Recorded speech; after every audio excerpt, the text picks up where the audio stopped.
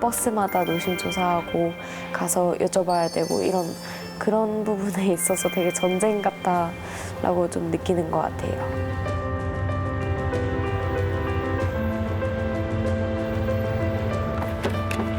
장애인이 겪는 생활 속 불편함. 어떻게 할까요? 하우 코너에서 권 PD가 취재했습니다.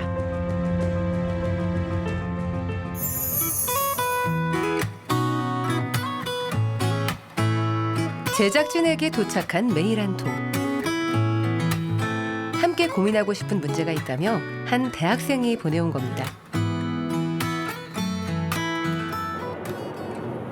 자세한 이야기를 나누기 위해 권 PD가 달려갔습니다.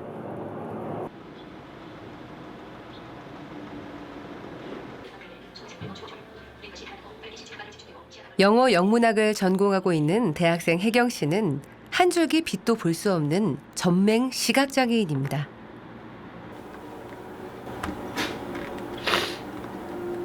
버스 번호를 인지할 수 없다 보니까 내가 타야 하는 버스를 찾는데 겪는 어려움, 매 버스마다 노심초사하고 가서 여쭤봐야 되고 그런 부분에 있어서 되게 전쟁 같다라고 좀 느끼는 것 같아요.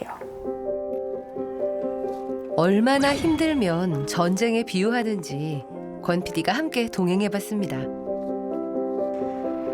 잘하네, 가자.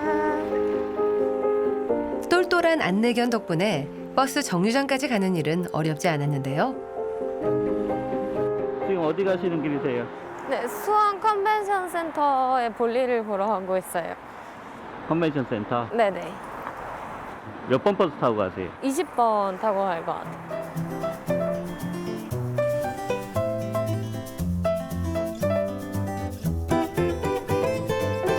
오늘 혜경 씨가 타야 하는 건 20번 버스. 총 5정거장을 이동하는 단거리 일정입니다. 앞을 전혀 볼 수 없는 혜경 씨는 몇 번 버스가 몇 분 후에 오는지 눈으로 확인할 수 없습니다. 그래서 눈 대신 귀로 정보를 들어야 하는데요. 7분 후 도착입니다.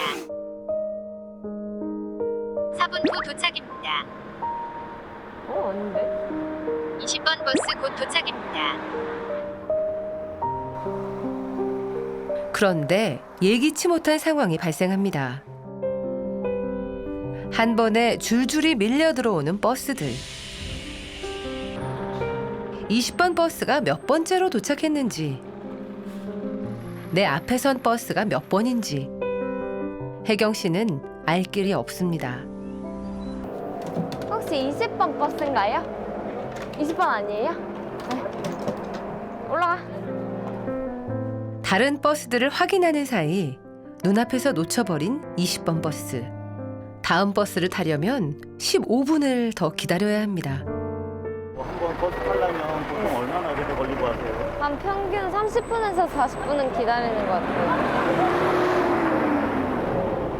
매번 버스 탈 때마다 좀 이런 편이세요? 그래도 매번까지는 아니고 운이 좋으면 금방 타고 가는데 네, 운이 안 좋으면 오래 기다리기도 해요.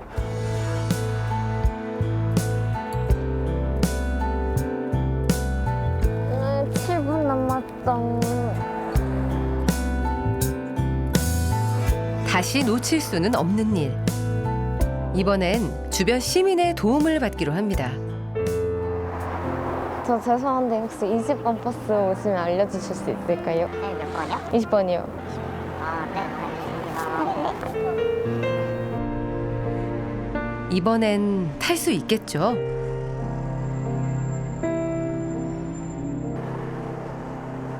(20번) 버스가 전전 정거장을 출발했다던 바로 그때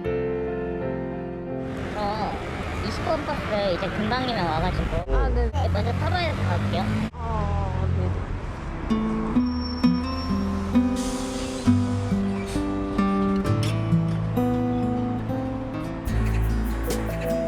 도움을 주기로 한 시민이 그렇게 떠나고 기다렸던 20번 버스도 혜경 씨의 눈앞에서 허무하게 떠나갑니다. 오늘 혜경 씨가 놓친 버스는 총 넉 대. 1시간을 넘게 기다린 끝에야 제대로 버스에 오릅니다.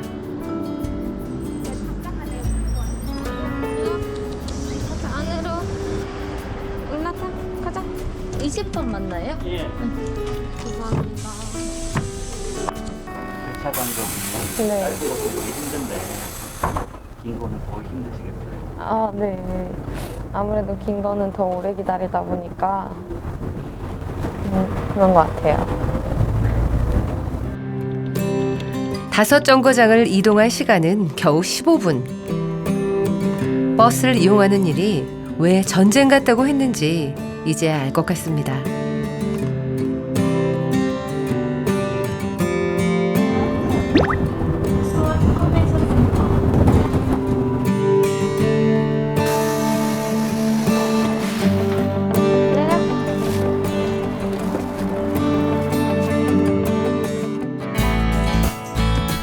긴 시간을 정류장에서 보내고 정작 볼 일은 채 30분도 되지 않아 끝났습니다.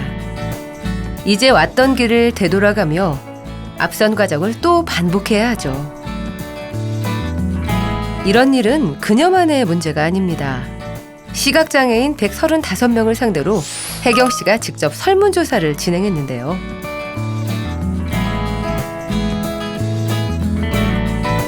혜경 씨가 앞서 겪었던 것처럼 버스 번호를 인지하는 것이 문제라는 의견이 무려 86%에 달했습니다. 시각장애인의 이 같은 고충을 해소하기 위해서 혜경 씨가 손수 개발한 것이 있다는데요. 음향유도 시그널기라고 할 수 있는데요. 이걸 좀 응용해서 버스 쪽에도 도입을 해보면 어떨까 싶어서 만들게 된 기기입니다. 이 기기를 버스 앞문에 부착하면 시각장애인도 쉽게 버스에 탈 수 있다는 겁니다. 시각장애인이 소지한 리모컨을 누르면 앞문에 부착된 기기에서 버스 번호를 알려주고 그 소리를 따라가기만 하면 된다는데요. 100번 버스입니다. 100번 버스입니다. 혜경 씨는 아이디어를 실물로 제작하기 위해 한 중소기업의 문을 두드렸습니다. 교통약자를 위한 기기를 개발하고 제작하는 곳이라는데요. 공용 리모컨은 이미 갖고 계시고요.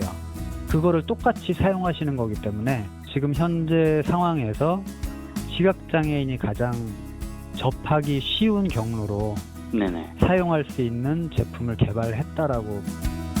이 기기가 실생활에 쓰일 수 있도록 혜경 씨는 이곳저곳 다니며 여러 차례 제안하고 의견을 나눴습니다. 하지만 바뀐 것은 아무것도 없었다는데요.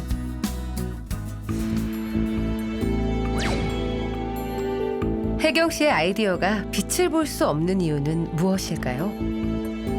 혜경 씨와 논의를 이어왔다는 관계자를 만나봤습니다. 그거 관련해가지고 몇 가지만 좀 여쭤보려고. 그때는 근데 그 학생이랑 선생님이랑 많이 좀 이야기를 나눴다. 많이 얘기한 적 없어요. 2번 얘기했어요. 2번. 저는 이제 손을 댔고 담당과로 해서 들으시기 제일 안전해요. 담당과에. 네, 장애복지과 있거든요. 이번엔 장애인 복지과의 답변을 들어볼까요? 단말기를 부착했을 때 세차하거나 그럴 때 단말기가 손상되거나 그럴 우려가 있다고. 이제 버스가 한두 대가 아니라 엄청 많잖아요. 비용 면이. 예산과 기기 관리 문제로 도입이 어렵다는 겁니다. 이 버스 이런 교통의 버스 문제는 경기도만의 문제도 아니고 사실은 어떻게 보면 근본적으로는 국토부에서 사실 그쪽에서 좀 총괄적으로 이런 부분들을 여러 가지 제안에 대해서는 저희들도 검토는 뭐 이래저래 하고 있고, 이게 연구를 개발을 거치더라든지 비용 문제가 더 고려돼야 되기 때문에 좀 더 그 구체적인 그 방안 같은 거는 아직 세우신 거는 없으신가요? 그 방안에 대해서는 없습니다. 말씀드렸다시피.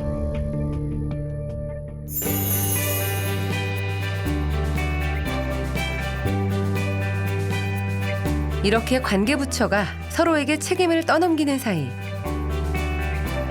우리나라 25만 명의 시각장애인들은 제대로 된 이동권을 보장받지 못하고 있습니다. 문제가 잊히지 않고 계속해서 이렇게 KBS에서 촬영을 해주셔서 저도 되게 마음가짐이 다시 또 새로워지는 것 같고 또 힘이 나는 것 같아서 네, 많이 감사합니다.